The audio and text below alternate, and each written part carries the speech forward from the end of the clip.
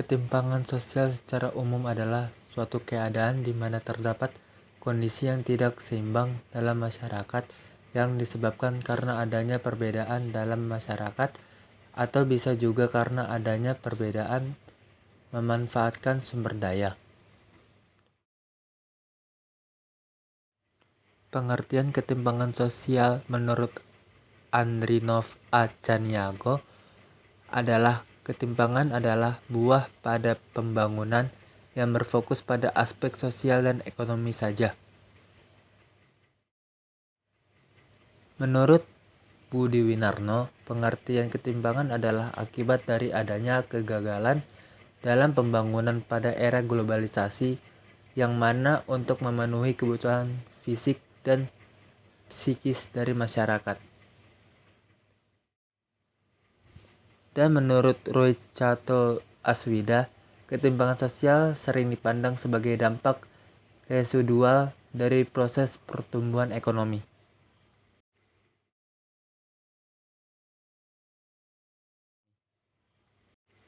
Bentuk-bentuk ketimpangan sosial adalah 1. Ketimpangan desa dan kota, 2. Kesenjangan pembangunan diri masyarakat Indonesia, 3. Ketimpangan antar golongan sosial ekonomi, 4. Ketimpangan penyebaran aset di kalangan swasta, 5. Ketimpangan antar sektor ekonomi dengan ciri sebagian sektor.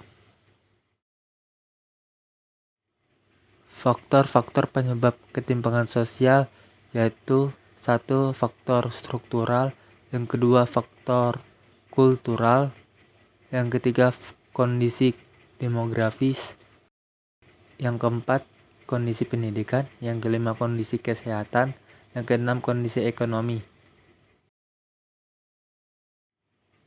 Dampak dan akibat ketimpangan sosial: 1. Kriminalitas, 2. Kemiskinan, yang ketiga kemerosotan moral, keempat pencemaran lingkungan alam, kelima melemahnya jiwa wirausaha, dan yang terakhir monopoli.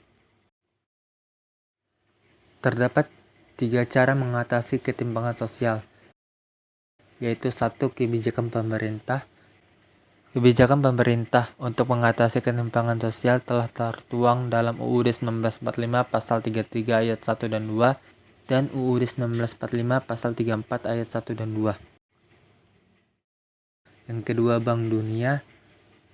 Dalam mengatasi ketimpangan sosial yang terjadi dalam masyarakat, Bank Dunia menciptakan lapangan kerja, merancang program jaminan sosial yang bisa menurunkan tingkat ketimpangan, dan meluncurkan program pemberdayaan masyarakat untuk masyarakat yang terpinggirkan. Dan yang terakhir, Buku Pegangan Perencanaan Pembangunan Daerah atau BPPPD. Pemerataan yang adil dengan memberikan kesempatan yang sama seluruh masyarakat dalam berperan serta dalam pembangunan dan menikmati hasil pembangunan, meningkatkan akses dan kualitas pendidikan dan kesehatan dan sebagainya.